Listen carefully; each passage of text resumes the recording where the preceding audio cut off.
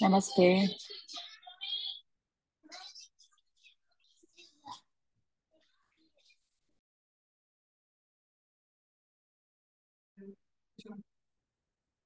Namaste.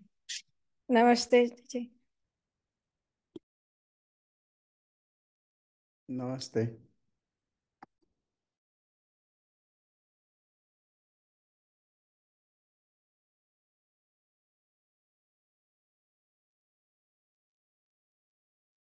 Hari Om. Hari Om. Can you hear me?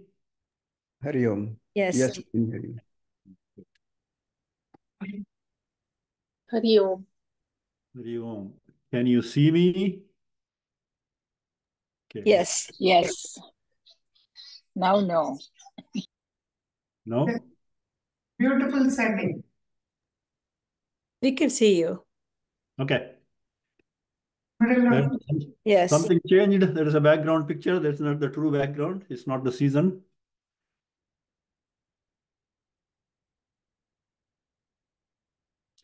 Okay. Happy New Year to everybody. Happy New Year. New Year. Happy New Year.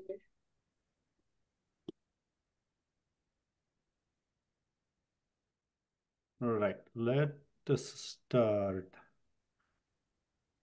Share screen. Let's share the screen. You see my screen? Yes. Yeah, we can see. Okay. Let's do the prayers.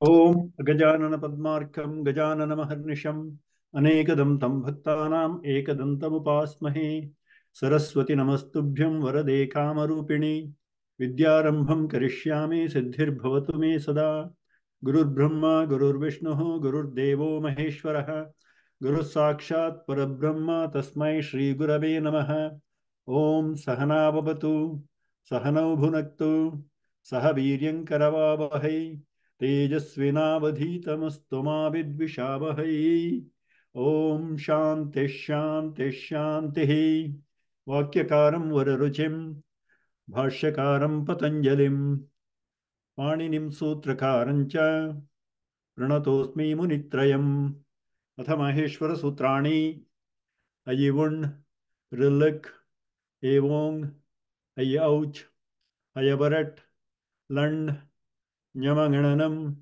झभञ् घढधश् जबगडदश् खपचटत चटतौ कपै षट्ससर् हल् इति माहेश्वराणि सूत्राणि. Okay, happy new year to everybody. Any questions?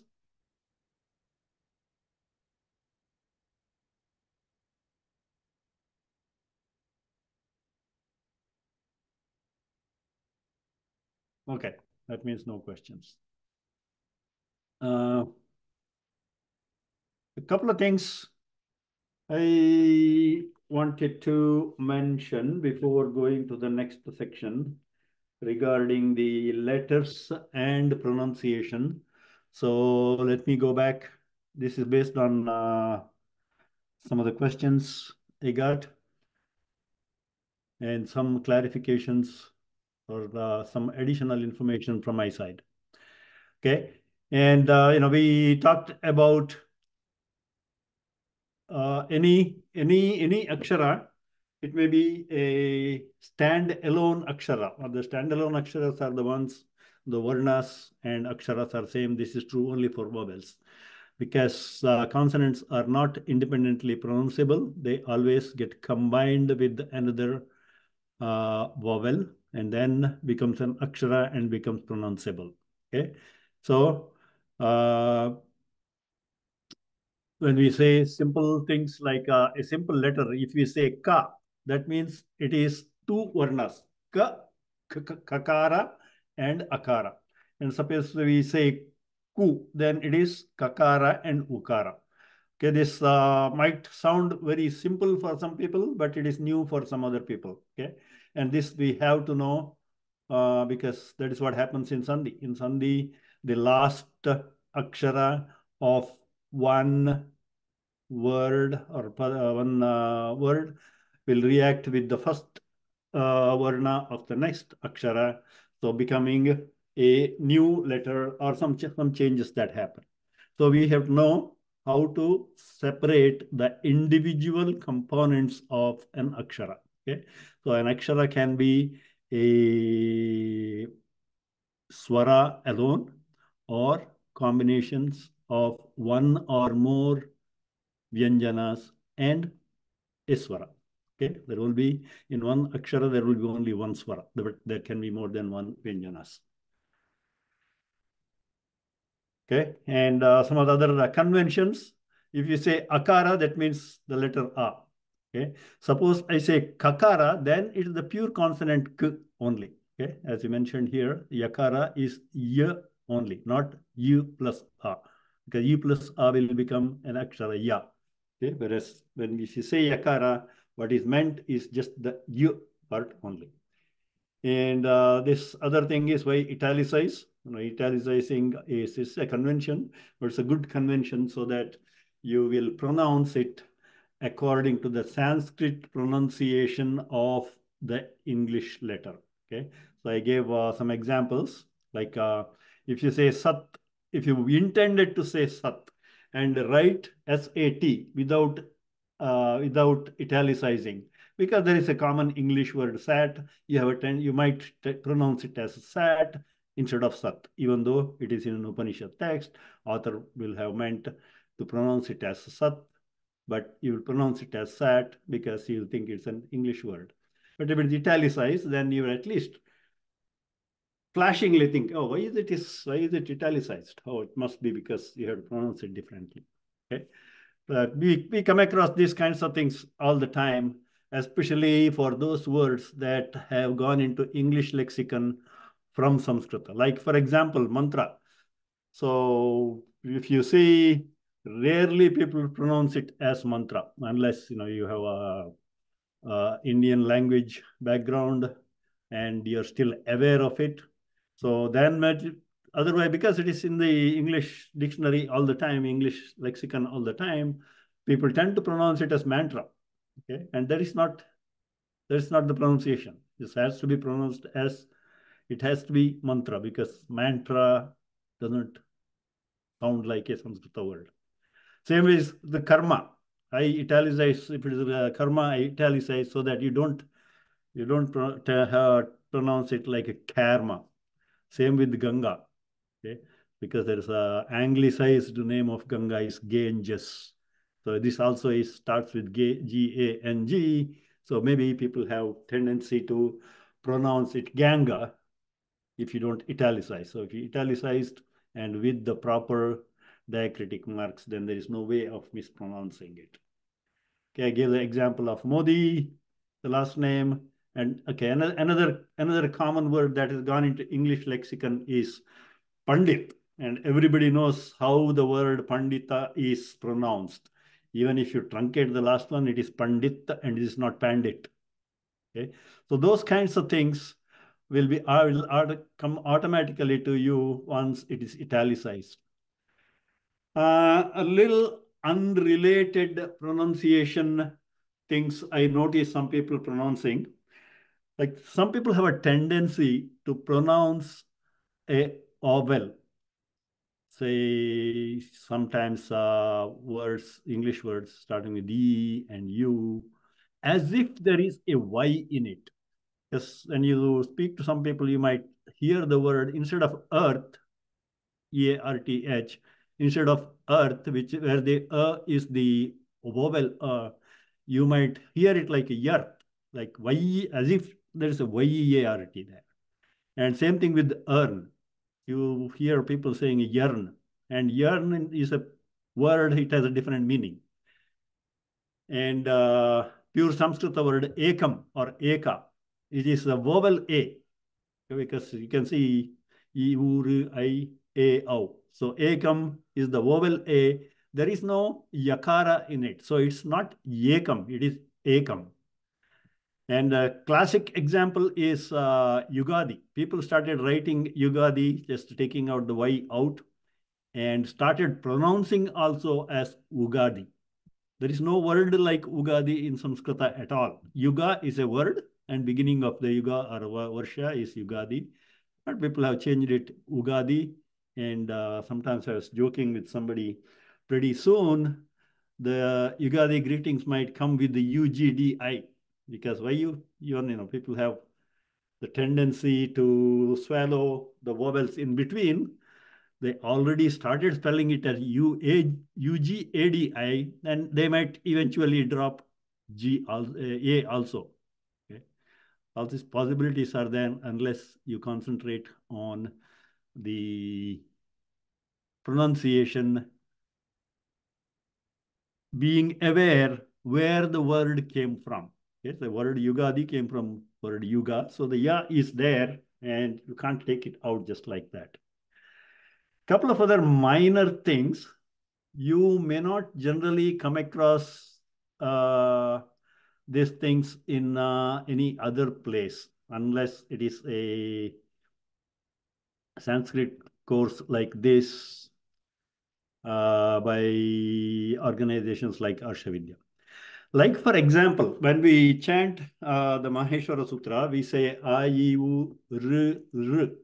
Generally, people have the same tendency to pronounce the second R, the letter after R. Okay, after R, that comes after R and before A. It is a dental vowel. Okay, and let me make it a little bigger. Now, how do I go to the left? Okay, you can see my screen, this highlighted part. One of you can unmute, just see that. Yes. Now, this is the vowel I am referring to. This, in a quick look, it looks like it is the letter La with a R underneath it, which it is not. Okay, this vowel is a pure vowel, and there is no sound of Ra or Repa in it at all. It is a pure dental vowel. Okay, pure vowel. So it has to be pronounced as if like a floating La, very gentle touch. La. Okay, very difficult to distinguish it. Fortunately, we don't come across that very often, but for grammatical purposes, they are there because that letter is used, even though not in verses or mantras, but Panini uses it very often for his grammatical purposes. Okay, so that letter is encountered in grammar books very often. Okay, so it is pronounced as R, even though people tend to pronounce it as R, as if there is a R end. You see, compare this letter to the real R, where you can see the letter La letter, and the R underneath. Okay. To clarify that, I gave you the English transliteration also. Okay, so that you can see even in the type, even though it looks like that, but it is not exactly L.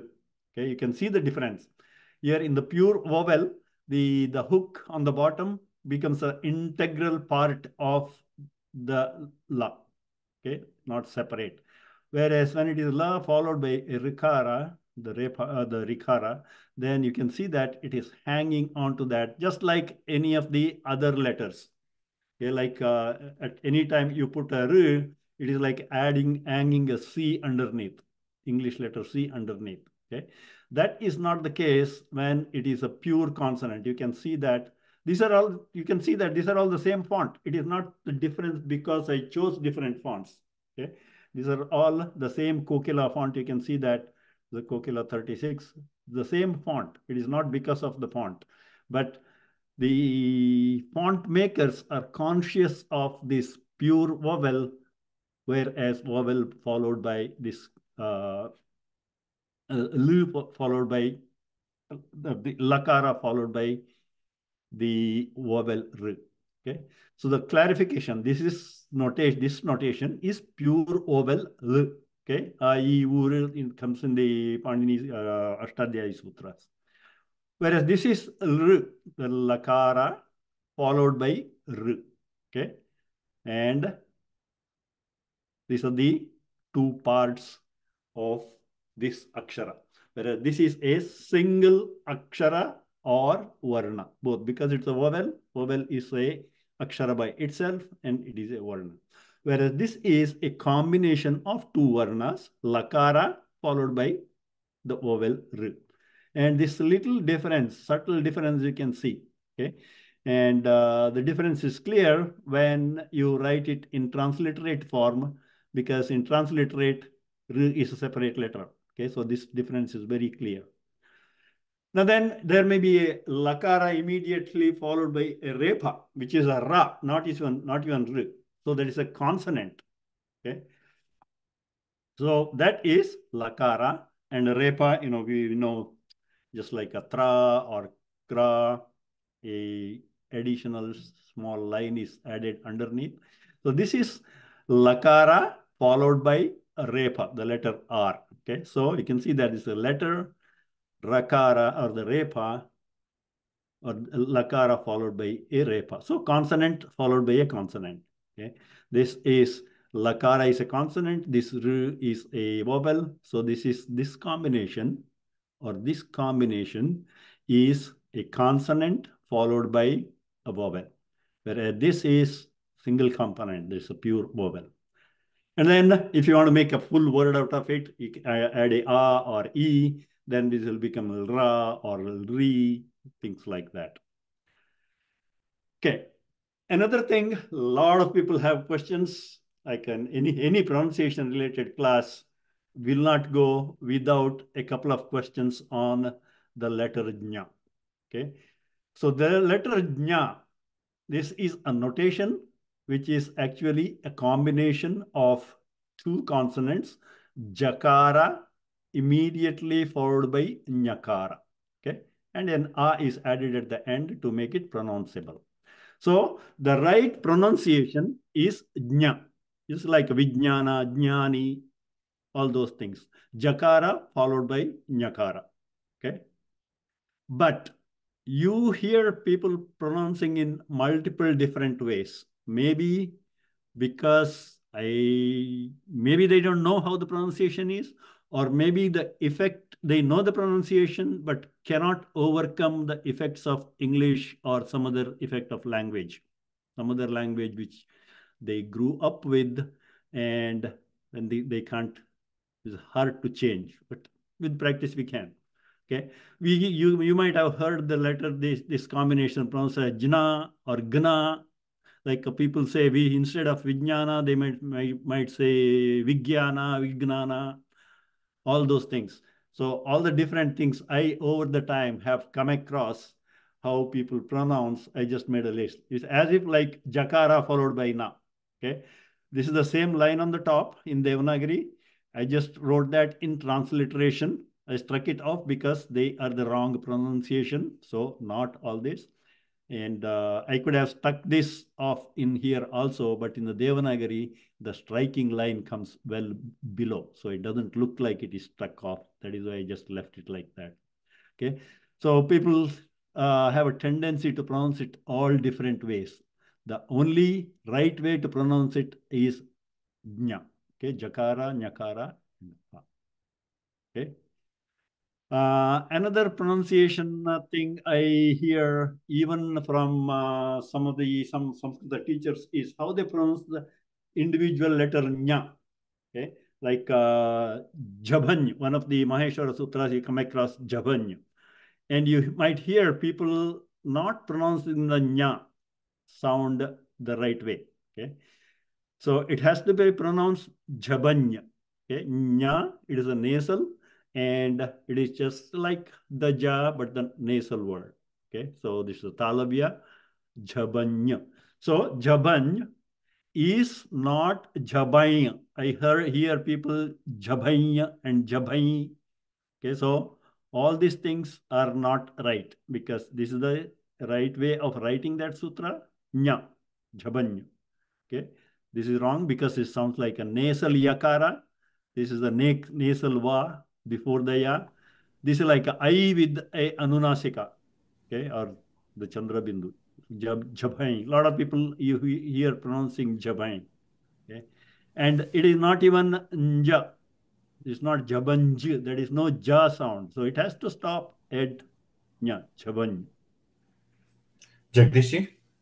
Yeah. Any questions? Because we are going to the end of this. We are done with the pronunciation part. This few very subtle things I want to bring it up in this class because you will not come across these things in other places. These are the only places, or these are the only occasions where these kinds of things are important, highlighted, and you can ask questions about. Okay. Jagdish, can you hear me? Yep. Jagdish, can you hear me? Yes.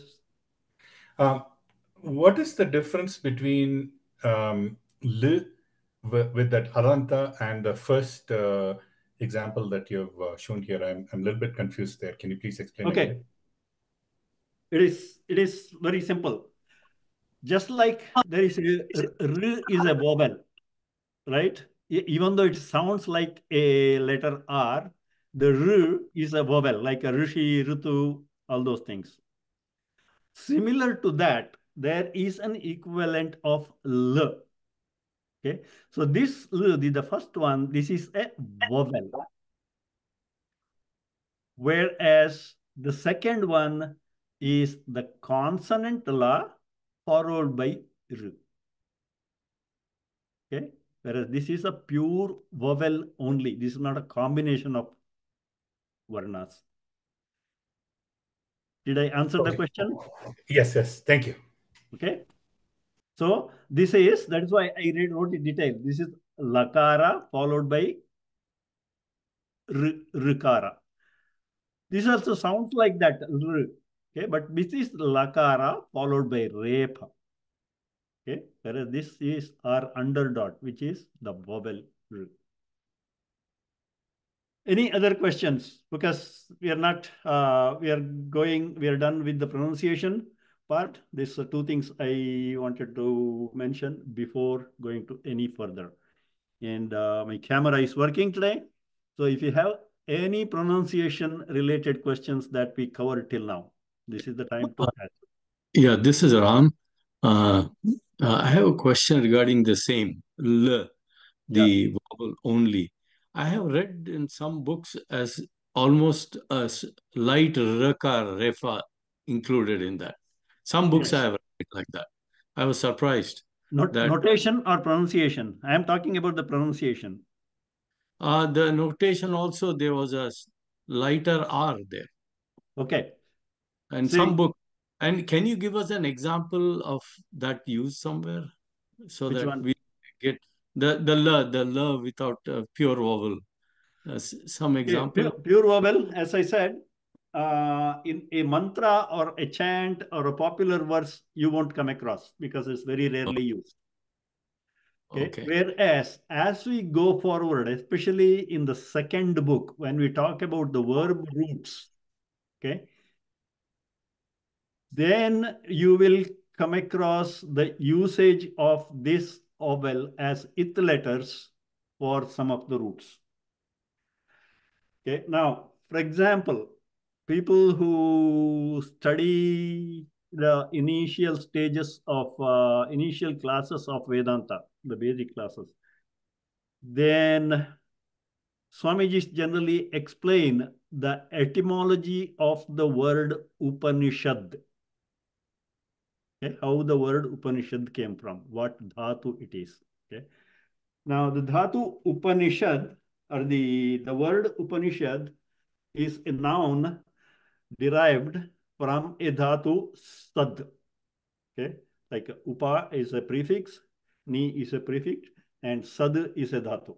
Now sad dhatu, the sad part is only the used part, but it comes with some ith letters. Okay. So one of the ith letters of that sad dhatu is this lr. So Panini uses this lr in the dhatu kosha especially to convey some special properties of the dhatus.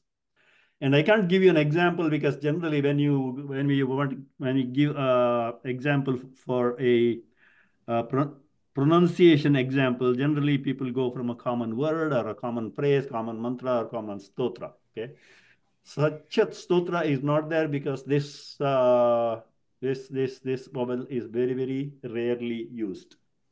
Jagdishji? Yeah.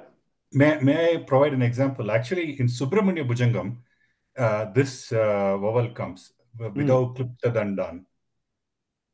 I think if somebody familiar with Subramanya Bhujangam, okay, when I used to read that, I used to get confused between l and r. I thought I was going to pronounce it as r, but I think now Subramanya Bhujangam is an example. If it comes, just this is for your information. If you look closely, if the printer and the writer is careful, then, and if he intended it to be a pure vowel, then the hook will be a smooth transition from the la kind of shape. Okay, and if he intended a r sound, then it will be like this. Okay, like any other r, there will be a c hanging at the bottom. Okay, you can see that I picked up some other letters which do not have a vertical line because this hook of C generally hangs on the vertical letter. I took some others. In all other letters also, you can see the distinct beginning and end of C. Okay, whereas this C part is not like that in the pure vowel because it is an integral part. There is no r sound intended. That is why it's not separate. Okay, so I expected about the nya and this l, r, there will be a lot of confusion about. That is why I made it in a big print so that I can very clearly show the distinction. The third you have on l, the L and an R, the one. How do you can't pronounce that, right? No, that is why here, that is why I gave the second one, because two consonants you can't. Okay. But the reason I put it here is suppose you try to pronounce, it will sound, this one sounds almost like this. Oh. Okay. But what I'm trying to say is that distinction from when pronouncing this might sound like pronouncing this, that is pardonable. But pronouncing this should not sound like pronouncing this because there is no r component in the pure vowel la. Okay, thank you. Okay? Jagdishji, also when you write the first l, it's written a little differently than the l with refa. Exactly. That's the whole thing I'm trying to point out. Not only the hook part, but even the top vertical line is little, different. Yeah, this is the top vertical line that might depend on which font you choose. Oh, okay. Okay, because some fonts are a little different, right? Okay. Okay. But what I am trying to show here is this becoming like a smooth integral part. Yes. Okay. Yes. You just go like a cursive M shape and that make a hook underneath in the same stroke of the pen. Yeah. Whereas this is a different stroke of the pen. You write the la and then put the C in the second stroke. Yeah. That distinction I wanted to bring up. That is why I gave these 4 similar looking or not looking, maybe similar sounding, but different letters. Yes, thank you. Okay, now because now we are going very detailed and so we are a little slow, but that's okay. We don't have to write an exam in the end of April. Okay, what else I have? Okay, last class somebody asked, because at that time I didn't have this thing copied and pasted. Somebody asked the question and what was the answer, because answer wasn't posted. So I was explaining. So this is what was sent by, who asked this question? You are there, you can just unmute. It's me. My name is Sudhir. Yeah. Okay, this is Sudhir asked the question, what is this notation here? Okay, I gave you the answer in a direct mail. And my answer was, this is another way of writing this Chandra Bindu Virama. Because in most of the books, Now, by the way, this notation is only in Vedic chanting, okay? Not in Laukika books. This is a Vedic one only. And that is, as I answered in the last class also, that is another way of writing or another notation, maybe a different font, another notation for this gum sound, like Purusha Eve the gum. So this highlighted thing, and I think its technical name is Chandrabindu Virama. And you will see that in like a Purusha Suktam and books like that, where this gum comes. So you'll see that only in Vedic and Upanishadic books. If they follow all the swara notations and everything strictly, then you will find it. Okay, and that incidentally, the usage of it is if a anuswara, which is in a general Laukika, it is like the dot above, anuswara in Laukika Saṁskṛta. Okay, and it takes this special form only if that anuswara is followed by sha, sa, sa, ha. So here you can see that this is sarvam, otherwise it is sarvam, because it is followed by hakara, one of the sibilants, one of the ushmans. So sa, sa, sa, ha. Because it is followed by a hakara, it is in a Vedic chanting, it is pronounced something like sarvagum. So that gum kind of a sound is denoted by generally by this notation and maybe some text with this notation. Okay, so I just wanted to, because I had that, I just thought I will print it up for clarifying. Okay, and then you can see this is the Vedic Udatta Anudatta Swarita.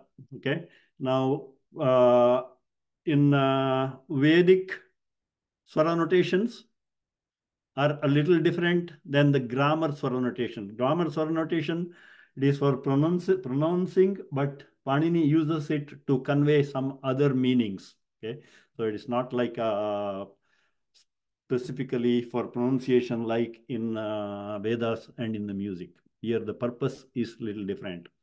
And in the case of grammar for the vowels in Vyakarana, you will this without any notation is called Udatta.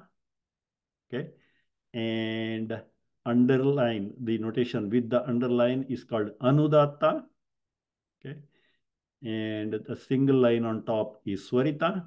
And in the grammar, you will not see the double lines, which is called Dirgha Swarita. It is specifically in Vedic chanting only. You won't come across Dirgha Swarita in Paninian grammar.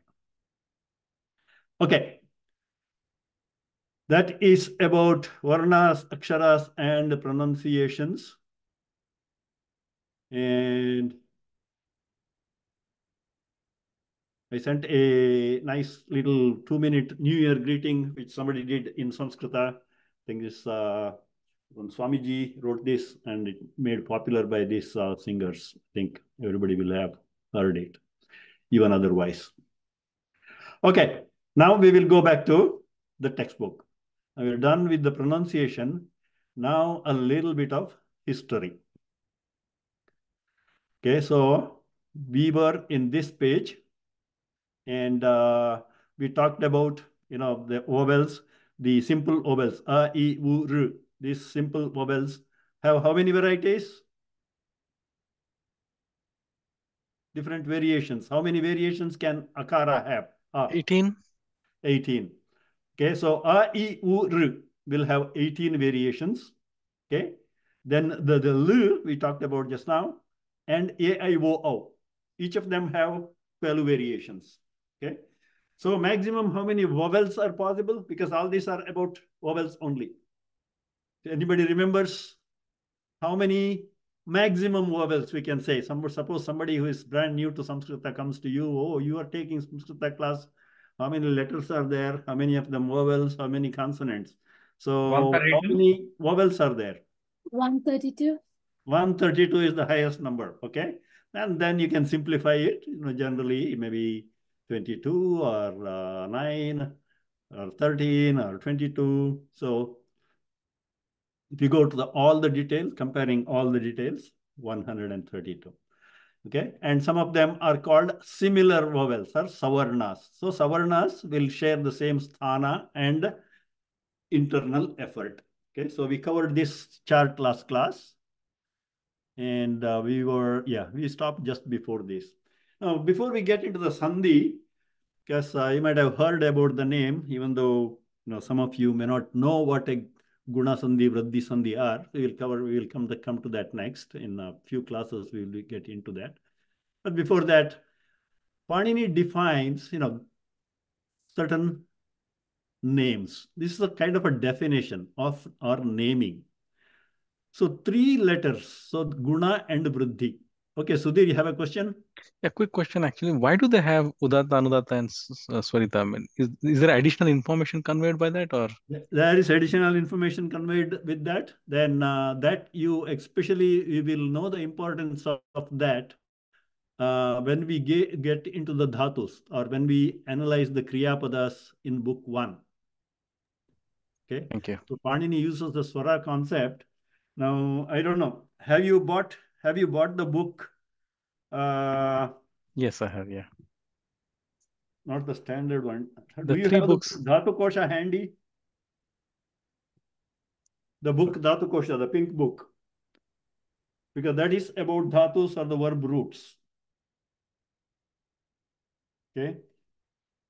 And because you asked the question, if you go to the very last printed page of Dhatu Kosha, then the first 3 items says dhatu nam itaha.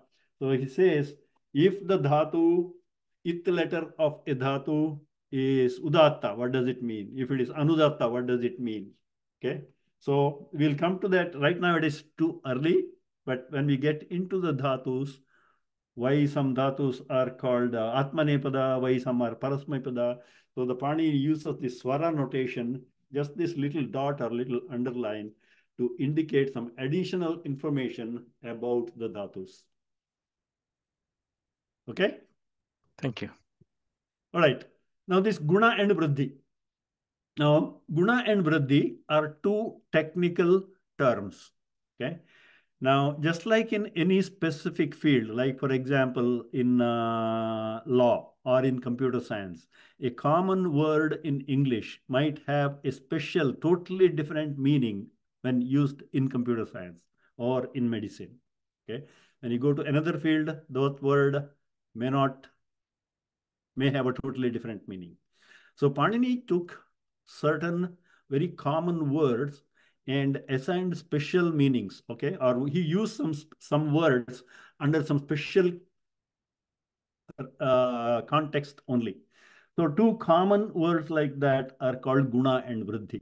Now we know the word guna is maybe a good conduct, all those things. That has nothing to do with that. So in grammar, when you come to Saṁskṛta grammar, or the grammatical sense in Sanskrita or any Indian language, because guna sandhi is there in other languages also. It came from Sanskrita. Where did the word guna come from? So guna, Panini defines guna and vriddhi. Okay, so that is what this page is about. Okay, after that we will get into Panini. Because it appeared here, we will cover this guna and vriddhi.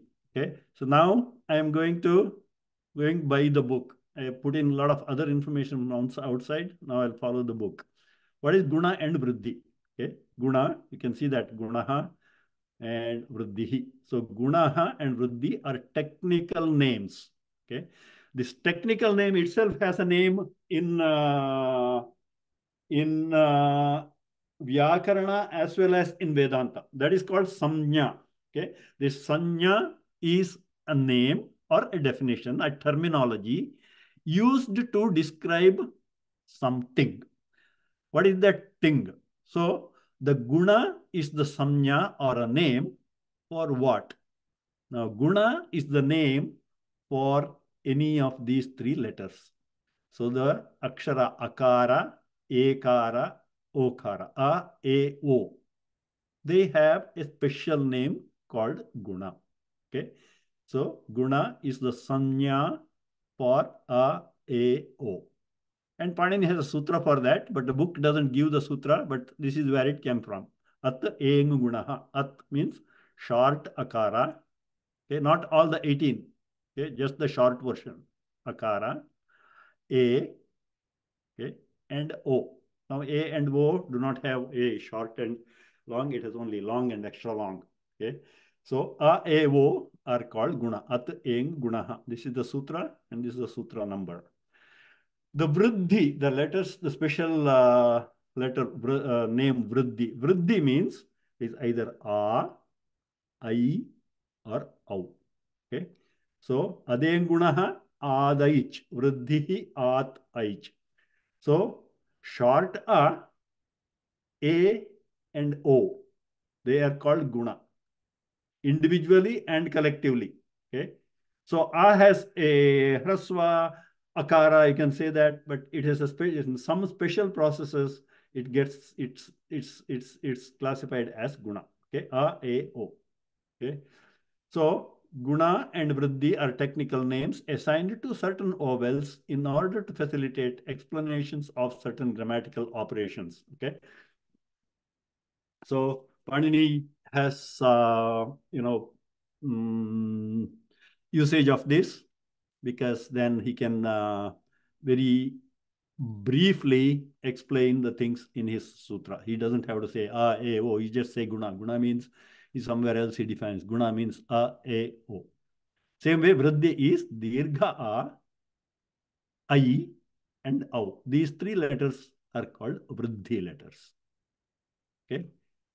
So more details, list of guna and vriddhi letters. Guna, akara, guttural, short A, and guttural palatal A and O. Okay. So A, O. When we come to the sandhi, guna sandhi, then you will see that A is a guna combination of akara and ikara. A and E will become A. Then A and U will become O. And because this A and O are guna letters, A plus E equals A plus U becoming O, they are called guna sandhis. Okay, because A and O that came as replacements are guna letters. Okay, same way later on you will come across vriddhi sandhi, right after that, vriddhi sandhi.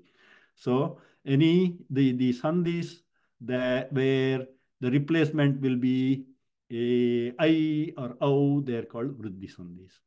Okay, so just now for the time being, just remember that guna letters means A, O. Vriddhi letters means A, I, O. Okay. These terms are used mainly for explanations of two types of changes. Okay, this terminology is used, as I mentioned, mainly in the case of sandhis and some special processes. That is why he has a utility for that. So he coined these terminologies for these letters. So in changes of sounds, when two sounds meet, I gave you the examples. Okay, for example, if you say gana ending with a, isha starting with the e, gana plus e becoming ganesha, gana, isha, ganesha.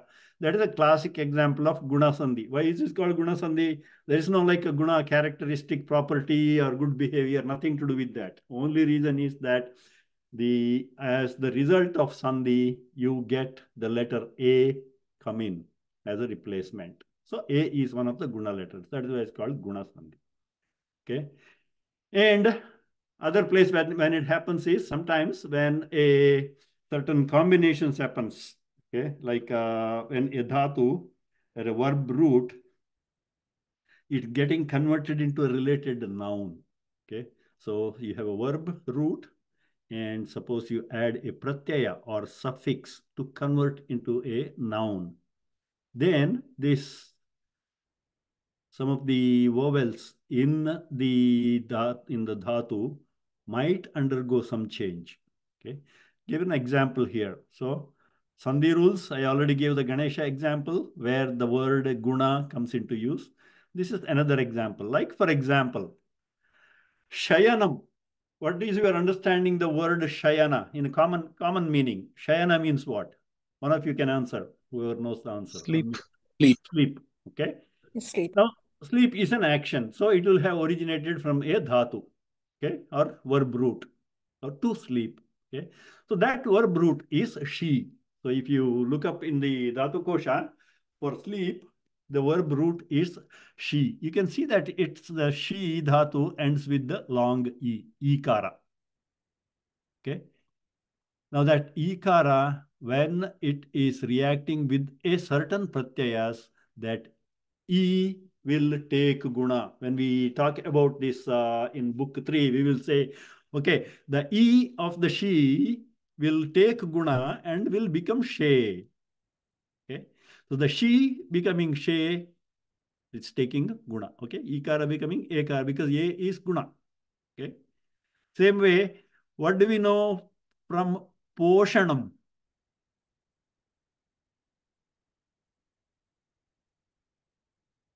Anybody? Poshana? To bring up. Nutrition. Nutrition. Okay. So the word, the nutrition, poshanam, okay, that comes from the dhatu pusha. Okay. Pusha is to nourish. Okay. So push is pakara, ukara, and shakara. But poshanam, you see that it is pakara, okara. How did this u become o? Because of that process. Okay. The changes of the verb stems when suffixes are added. Okay. So what will we say? We say when the ana pratyaya or the suffix is added, the dhatu push will take guna and will become posh. Posh plus ana becomes poshan. Okay. So these are the occasions or the needs because of which Panini used this concept of guna and vriddhi. Okay. We'll talk about this guna and vriddhi in the swara sandhi, guna sandhi and vriddhi sandhi. Okay. Very often later on.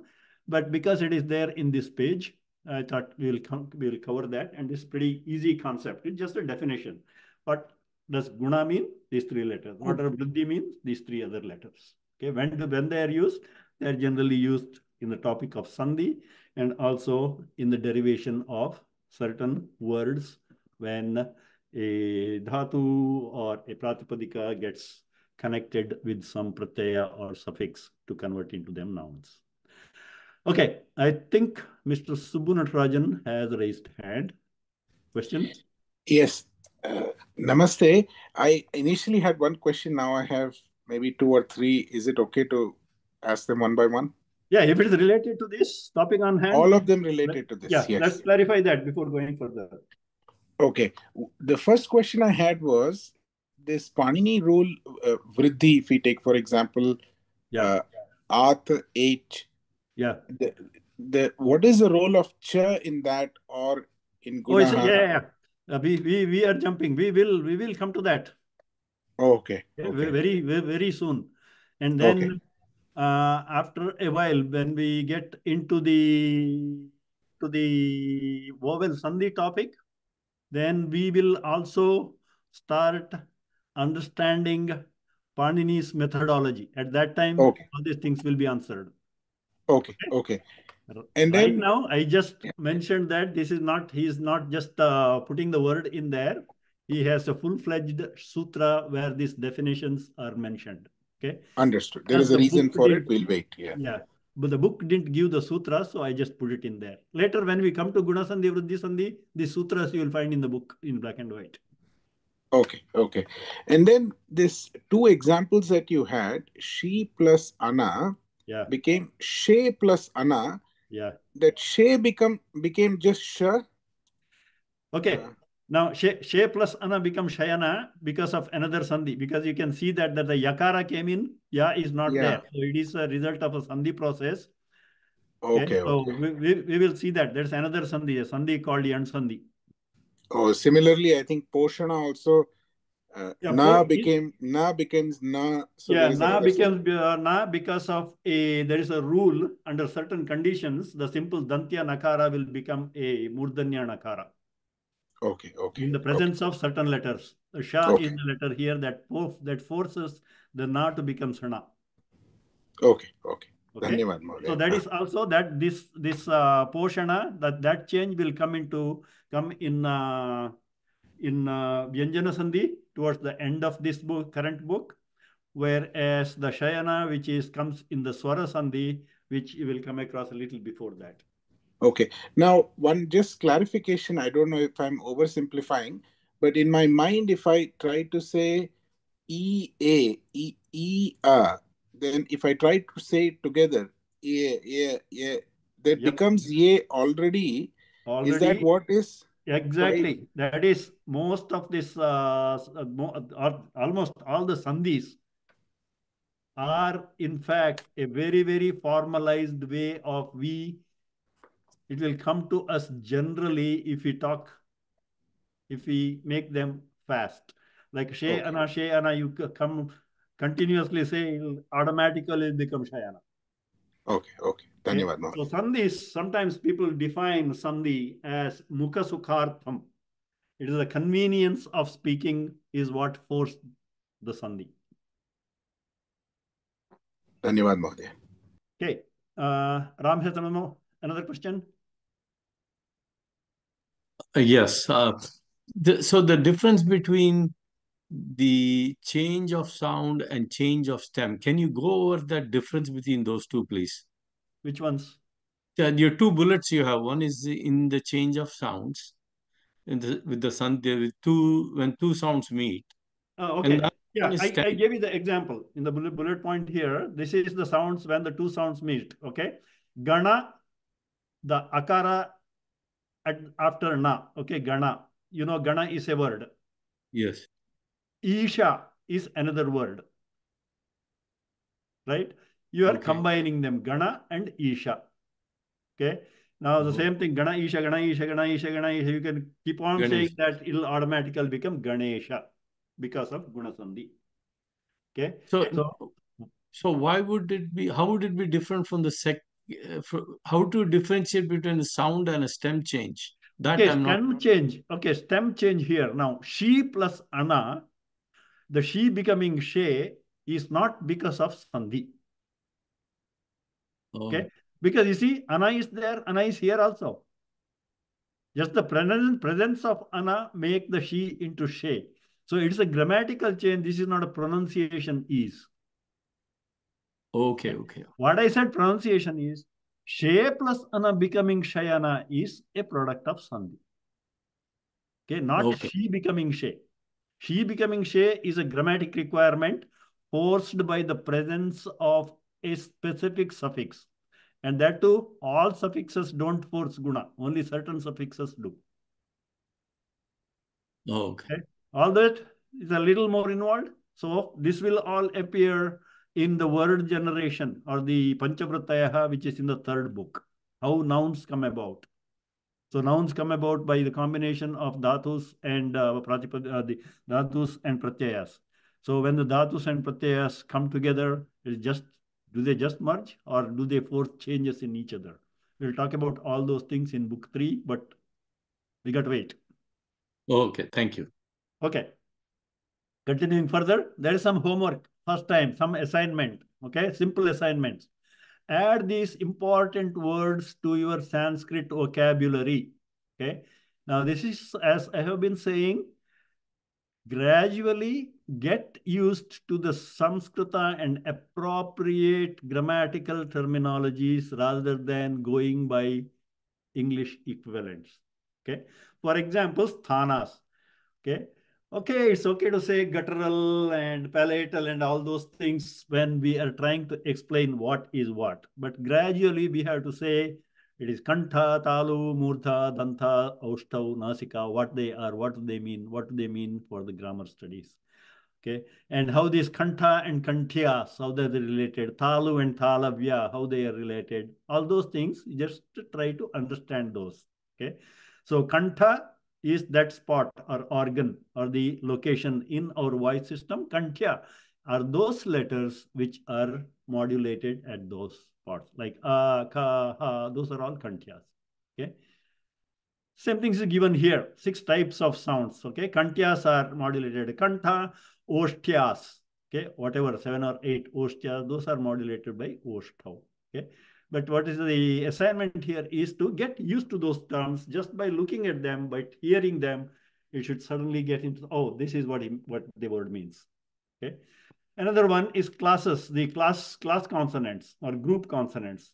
Kavarga. What does kavarga mean? Suppose somebody says, okay, this is related to the tavarga. Then you should know what tavarga means. Tavarga is ta, ta, da, dha, na. Okay. And then also get used to have this our varna table, kaka, ga, ga, nga, all those varna table in front and e table in front, and just no. Some of us, it without mentioning it comes very, very naturally, without referring anything. You know what alpa prana is, you know what a mahaprana is, you know what a hrasva dirgha pluta. But then when if you're new to Sanskrita, then you may have to get used to those things. So get used to what is mahaprana. It's like a ka, gha, tha, dha, all those mahapranas. Alpa pranas are the non-aspirate versions of that. Hrasva, dirgha, pluta. These three are associated with the vowels only. The short is hrasva, long is dirgha, extra long is pluta. So don't saying that it is a short or it is a long start saying it's a hrasva or dirgha like that. Okay. And anunasikaha is pronounced nasally, ananunasika non-nasal. Okay. Any questions? Now we are done with this section because we are going to chapter 2. Any questions on chapter 1? This is about the aksharas, pronunciation, varnas, aksharas, all those things. We'll come back to varna a little bit because from Panini's point of view.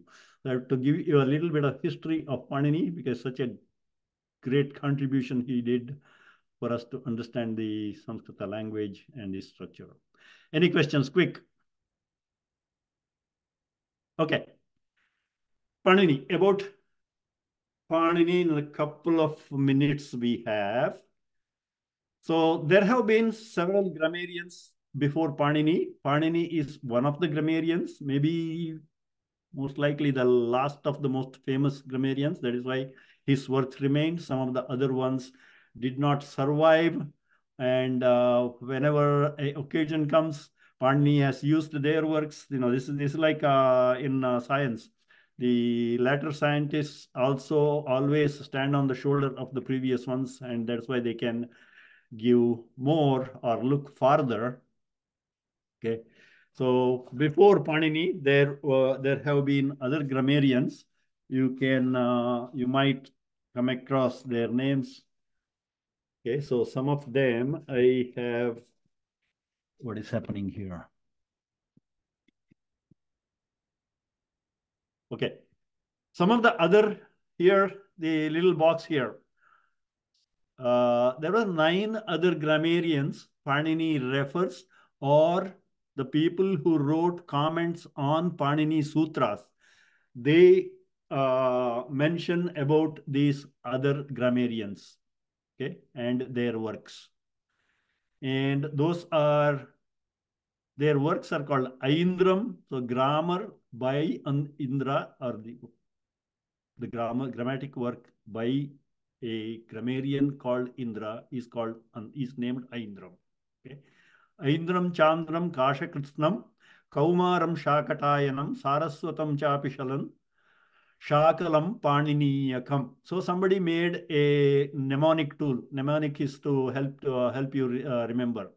A mnemonic tool listing all the grammatic works before and up to Panini. Okay, Aindram Chandram Kāśakritsnam. This is their work. Okay, book they wrote or whatever they could find on them, the things that are ascribed or assigned to these grammarians. Kaumaram Shakatayanam Saraswatam Chapishalancha Shakalam Paniniyakam. Okay. So these are the grammatical works. So the people, grammarians or the Vaiyakaranas behind this are, the first one, his name was Indradeva. The second one is the Chandradeva. This is not the deities. Okay. This is human beings before Panini. And Kāśakritsnam, written by a grammarian by Kāśakritsna. And Kaumaram, that is the work of a poet or the grammarian by name Sarvavarman.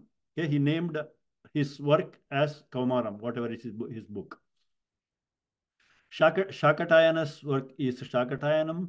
Then Saraswatam, that is the work, grammar work by grammarian called Narendra. Apishalam by Apishali. And Shakalya, this Shakalya, you Panini mentioned, we come across that very often. This Lopa, concept of Lopa is, I think, Panini borrowed from Shakala.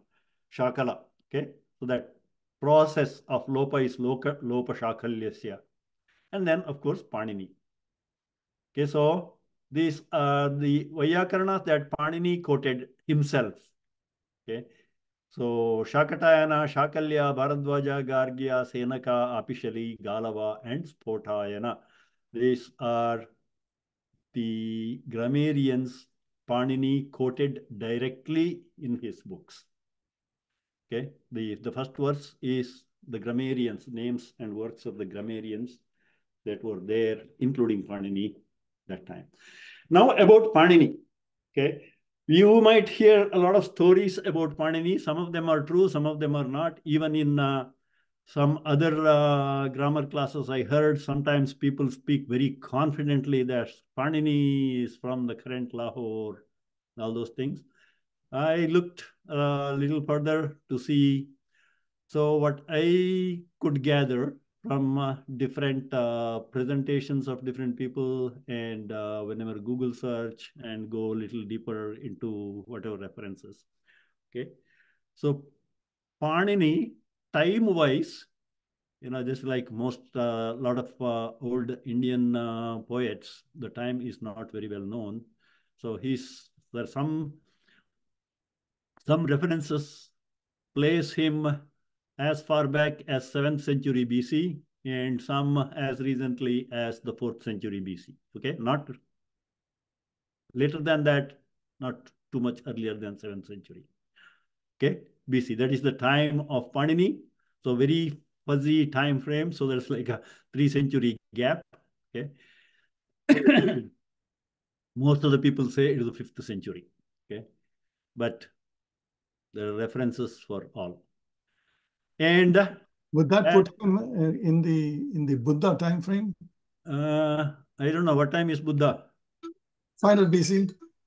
Okay, I think, I don't know. I haven't compared that. Okay. And then there's three poets. We say thanks in our prayers: Panini, Katyayana, and Patanjali. Okay. So the Panini is before, because he wrote the sutra. And Katyayana, another name for Katyayana is Vararuchi. He is the one who wrote the Vartikas. Okay. And Patanjali is the later one who wrote the detailed commentary. Okay. Now, because Patanjali is the later one, so generally, if a argument comes or people tending to say who is right, this is right or that is right, then the last one, the Patanjali, is considered as the ultimate, because he had the privilege of looking at what Panini will have meant, what Vararuchi might have commented on that, all those things.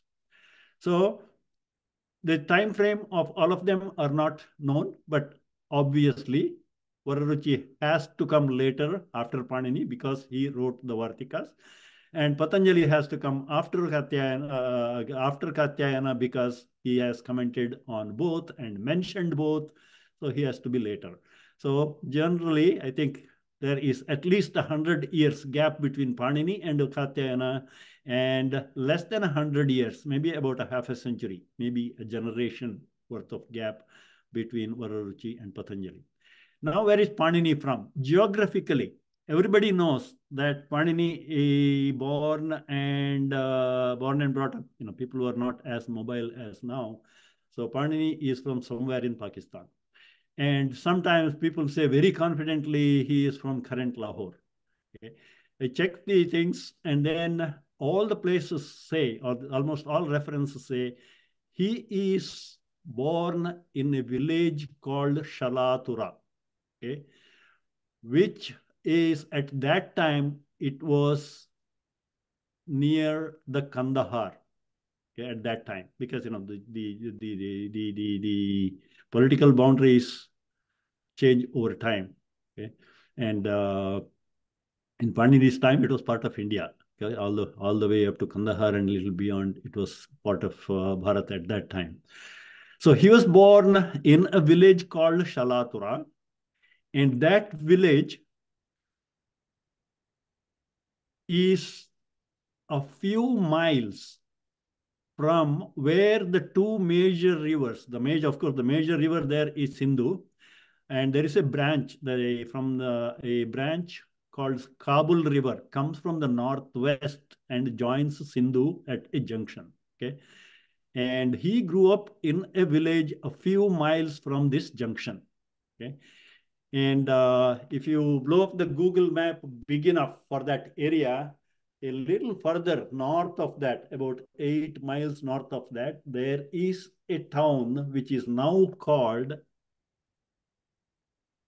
Chota Lahore. Maybe people confused that, so they said Lahore. But this area is, the Lahore comes very close to India border, so it is further east. Okay, whereas this Chota Lahore comes between Peshawar and Islamabad. So his birthplace is somewhere very close to the junction of Kabul-Sindhu junction, where the two rivers meet, which is the current Khyber Pakhtunkhwa province. You may have heard of that all the time during this uprisings. And his father's name is Shalanku, which is very rarely heard. But his mother's name is very commonly heard. His mother's name is Dakshi, because sometimes I think maybe most likely Patanjali mentions as Dakshi Putra. Okay, and some of the later works mention his Panini's works as Shalaturiyam, a word from the work of a person from Shalatura. Okay, and it's also one of the nicknames is Dakshi. And his teacher, his name was Upavarsha, and Panini's birth name, I found a reference. Panini's birth name is Ahika. Okay. Now Panina is the Gotra. Just like even now that has a convention, person sometimes will have a nickname from his Gotra. So Panina is his Gotra. So some who came down in that Panina Gotra, but that is how he got the name of Panini. And that name stuck even more than his birth name or his father's name. Okay, so that is a little bit of introduction about Panini. I think this is a good place to stop. So these are the three great grammarian rishis whom we thank by our prayers. Vakyakaram Vararuchim, so that is the Vartikakara, and his Katyayan and Vararuchi, it is the same person, two names. Okay, Vakyakaram Vararuchim, Bhashyakaram Patanjalim. This Patanjali, a lot of people think that, and there's a basis for thinking that this is the same Patanjali whose Yoga Sutra and some of the Ayurvedic related things. Okay, the same Patanjali is a multi-talented person, I think. And Patanjali's Bhashya is the ultimate for Paninian grammar. So it is called Mahabhashyam. Okay, Vakyakaram Vararuchim Bhashyakaram Patanjalim Paninim Sutrakarancha Pranatosmi Munitrayam, the triumvirate of the rishis. Okay, we will do the concluding prayer here and then stop for any questions. Okay, concluding prayers. Om Sarve Bhavantu Sukhinah, Sarve Santu Niramayaha, Sarve Bhadrani Pashyantu, Ma Kaschid Dukkha Bhag Bhavet, Asatoma Sadgamaya, Tamasoma Jyotirgamaya, Mrityorma Amritam Gamaya. Om Purnamadav Purnamidam Purnat Purnamudachyate, Purnasya Purnamadaya Purnamevavashishyate. Om Shanti Shanti Shanti. Harihi Om Shri Gurubhyo Namaha. Harihi Om. Okay, so next week we will go further. We will get into the Maheshwara Sutras. That is where Panini started. Okay, any questions? Ram has hand raised. Yes. What is Vartikam? I don't know that at all. Okay, we will, there is a precise definition of what is a sutra, what is Vartika, and what is Bhashya.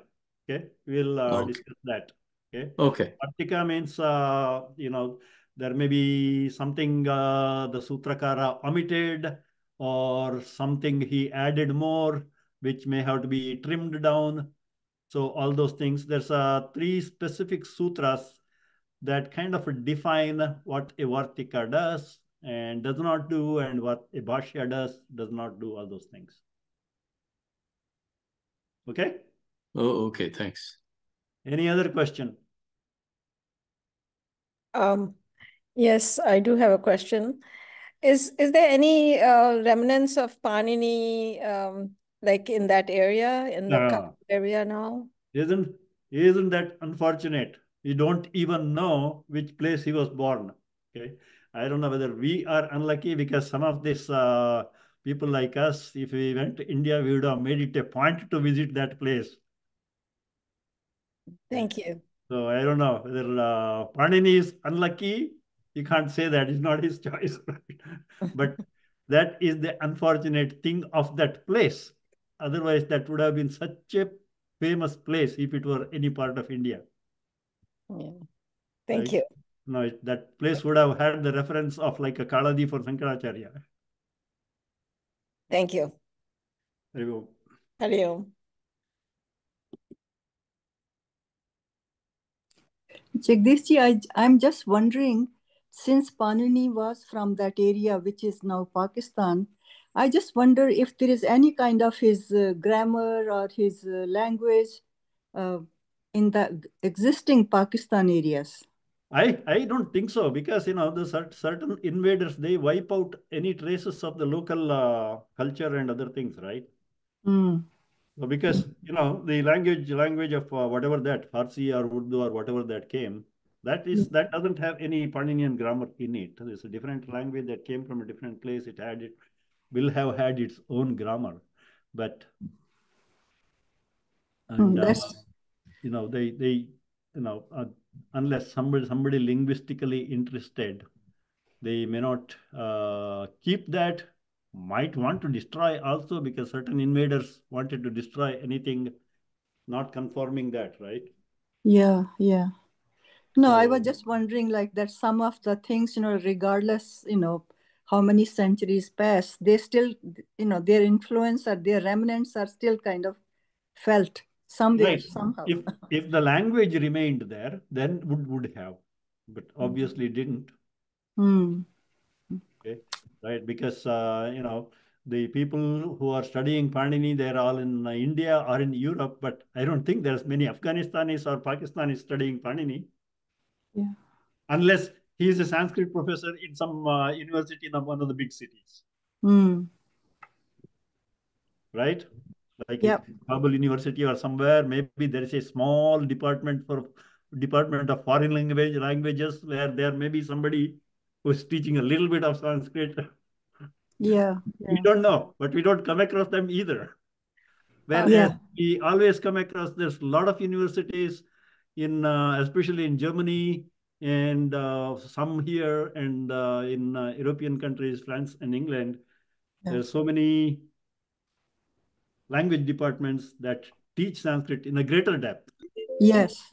Yeah. So to do that, whoever comes in has to understand the importance of that, so that they take back to their country and improve upon it or spread it out, right? Yeah. Okay, thank you. Okay, Hari Om. Hari Om. Any other questions? If not, we will stop here and see you Thursday. Hari Om. Hari Om. Thank you. Thank you. Thank you. Hari Om. Finishing prayers.